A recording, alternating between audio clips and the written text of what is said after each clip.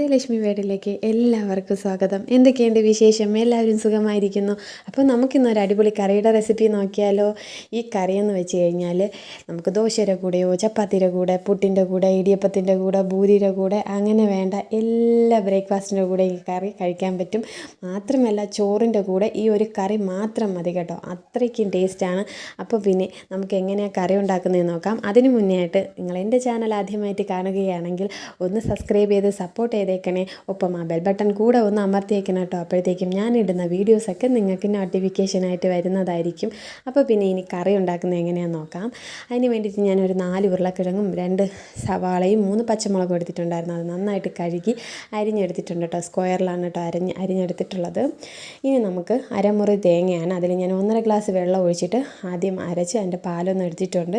വീണ്ടും അതേ തേങ്ങാക്കൊത്തിൽ തന്നെ വീണ്ടും 1.5 ഗ്ലാസ് വെള്ളം കൂടെ ഒഴിച്ചിട്ട് ഒന്നും കൂടി മിക്സിയിൽ അടിച്ചിട്ട് വീണ്ടും അതിൻ്റെ പാൽ കൂടെ എടുത്തിട്ടുണ്ട്. 2 പാലും ഒരുമിച്ച് തന്നെ എടുക്കാം, സെപ്പറേറ്റ് വെച്ചേക്കേണ്ട ആവശ്യമൊന്നുമില്ല. അപ്പോൾ ഇനി നമുക്ക് കറി ഉണ്ടാക്കാം. അതിന് വേണ്ടി ഒരു ചീനച്ചട്ടി അടുപ്പത്ത് വയ്ക്കുക. 2 ടേബിൾ സ്പൂൺ വെളിച്ചെണ്ണ ഒഴിക്കുക. കടുക് ഇടുക. പൊട്ടുമ്പോഴത്തേക്കും കറിവേപ്പില ഇട്ട് കൊടുക്കുക. കൂടെ നമ്മൾ അരിഞ്ഞു വെച്ചിരുന്ന സവാളയും 3 പച്ചമുളകും കൂടെ ഇട്ട് കൊടുത്ത് ഒന്ന് വഴറ്റുക കേട്ടോ. വഴണ്ട് വരുമ്പോഴത്തേക്കും നമുക്കതിലോട്ട് ഒത്തിരി വഴറ്റി വരേണ്ട ആവശ്യമൊന്നുമില്ല, ജസ്റ്റ് ഒരു 2 മിനിറ്റ് ഒന്ന് വഴറ്റി കൊടുക്കുക. അതിലോട്ട് നമുക്ക് ഉരുളക്കിഴങ്ങ് അരിഞ്ഞത് കൂടെ ഇട്ട് കൊടുക്കാം. എന്നിട്ട് അതും നന്നായിട്ടൊന്ന് മിക്സ് ചെയ്ത് കൊടുക്കുക.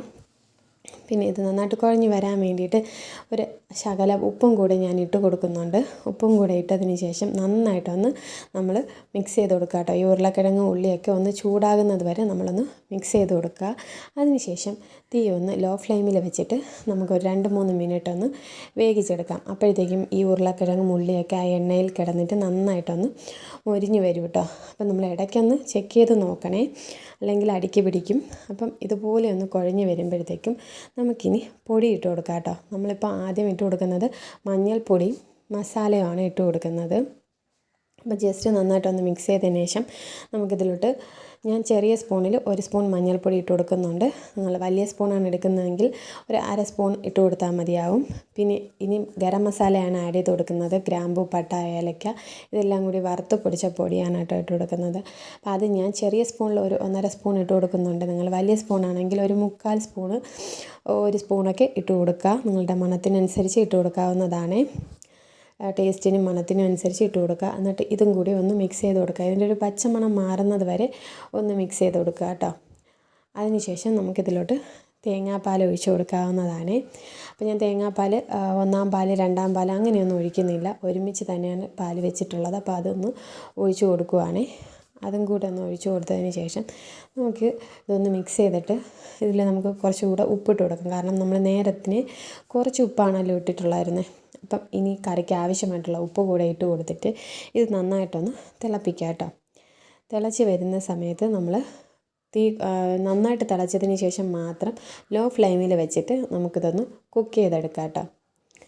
അപ്പം ലോ ഫ്ലെയിമിൽ വെച്ചൊന്ന് കുക്ക് ചെയ്തെടുത്തതിന് ശേഷമാണ് നമുക്കിതിലോട്ടിനി കുറച്ച് പൊടികളൊക്കെ ചേർത്ത് കൊടുക്കേണ്ടതുണ്ട്. അപ്പം നമുക്കൊരു ചീനച്ചട്ടി അടുപ്പത്ത് വയ്ക്കാം.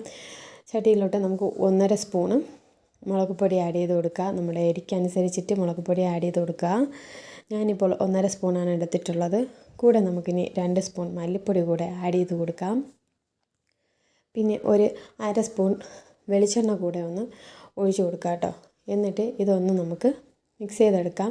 ജസ്റ്റ് പച്ചമണം മാറിയാൽ മാത്രം മതി. ഇത് കളർ ചേഞ്ച് ആവുകയോ ഒന്നും വേണ്ട കേട്ടോ. ജസ്റ്റ് അതിൻ്റെ ഒരു പച്ചമണം മാത്രം ഒന്ന് മാറിക്കിട്ടാൽ മൊരിയാതെ ശ്രദ്ധിക്കുക കേട്ടോ. മൊരിഞ്ഞ് പോയി കഴിഞ്ഞാൽ അതിൻ്റെ ടേസ്റ്റൊക്കെ മാറിപ്പോവുകയെ. അപ്പോൾ ഇത് ജസ്റ്റ് ഒന്ന് ചൂടാക്കിയതിന് ശേഷം നമുക്കിതിലോട്ടൊന്ന് ഇട്ട് കൊടുക്കാം കേട്ടോ. ഇപ്പോഴത്തേക്കും നമ്മുടെ ഉരുളക്കിഴങ്ങ് ഒരു 3/4 അളവോളം വെന്തിട്ടുണ്ട്. ബാക്കി 1/4 ഭാഗം നമുക്ക് ഈ മുളക് പൊടിയിലും കൂടെ ഇരുന്ന് വേകുമ്പം നല്ല ടേസ്റ്റായിട്ട് ഉള്ള കറി കിട്ടും കേട്ടോ. അതിന് വേണ്ടിയിട്ട് നമ്മളിതാ മുളക് പൊടി കൂടെ ആഡ് ചെയ്ത് കൊടുത്തിട്ടുണ്ട്. ഇതിനി നന്നായിട്ടൊന്ന് മിക്സ് ചെയ്ത് കൊടുക്കുക.